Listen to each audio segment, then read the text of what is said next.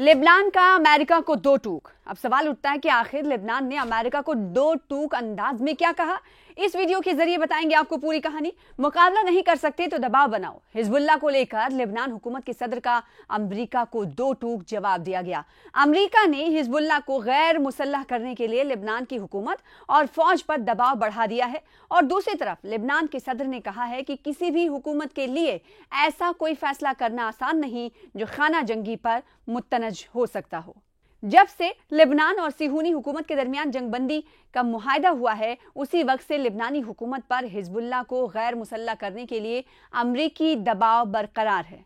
अमरीका लेबनानी हुकूमत से हिजबुल्लाह को गैर मुसल्लह करने का मुतालबा यानी हथियार छोड़ने का मुतालबा ऐसी हालत में कर रहा है कि हिजबुल्लाह लेबनान और सिहूनी हुकूमत के दरमियान होने वाले जंगबंदी मुआहदे का एहतराम कर रही है। जबकि कोई दिन ऐसा नहीं गुजरता जब सिहूनी हुकूमत जुनूबी लेबनान के किसी न किसी इलाके पर हमला करके जंगबंदी की खिलाफ वर्जी का इर्तिकाब ना करती हो।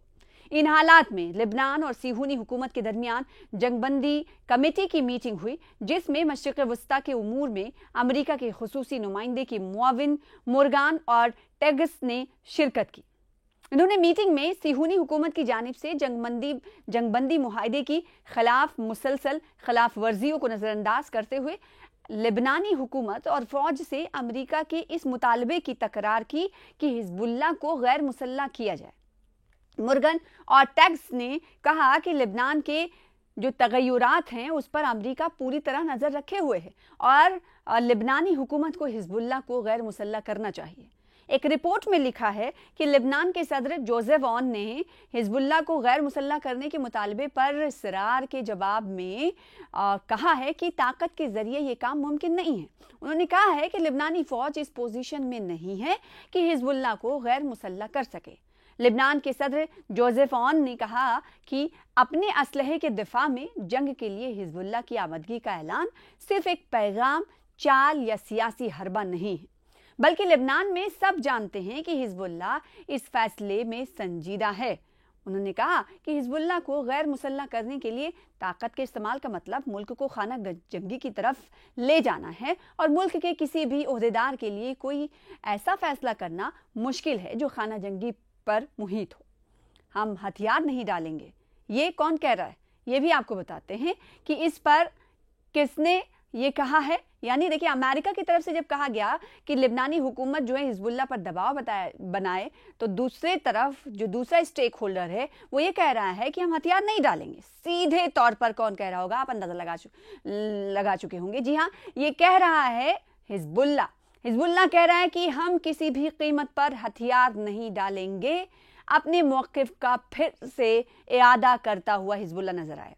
तो हिजबुल्लाह का पक्ष मौक़िफ़ ये है कि हिजबुल्लाह ने इस बात का इआदा किया है कि वो अपने हथियारों के हवाले से कहता हुआ नजर आ रहा है कि वो हथियार कभी नहीं डालेंगे, यानी हथियार सहित हो रहेंगे। गैर मुसल्लह हिजबुल्लाह कभी नहीं होगा। हिजबुल्लाह ने इस बात पर एक बार फिर से इक्तफा जाहिर किया है।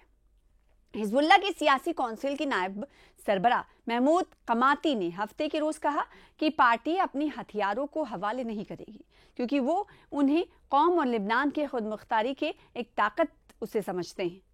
महमूद कमाती ने मजीद कहा कि इसराइल हम पर रोजाना हमला करता है और अमरीकियों और यूरोपियों की तरफ से हम पर डाले गए तमाम दबाव का हम पर कोई असर नहीं पड़ेगा। उन्होंने मजीद कहा कि हमने करारदाद की तामील की है, जबकि इसराइल ने इस मुआहदे की अमेरिका और फ्रांसीसी सरपरस्ती के बावजूद तामील नहीं की। ये मुआहदा उसे अपनी दुश्मनी खत्म करने पर मजबूर नहीं कर सका है।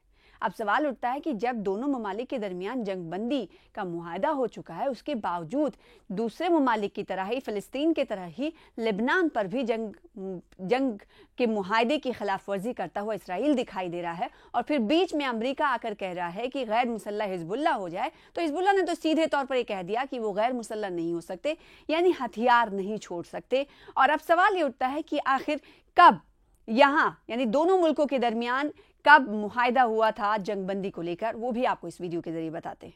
हिजबुल्लाह और इसराइल के दरमियान 27 नवंबर 2024 से जंगबंदी का मुआहदा नाफिज है, जो एक साल तक जारी रहने वाले खूनी तसादुम के बाद अमेरिकी और फ्रांसीसी सरपरस्ती में तय पाया था।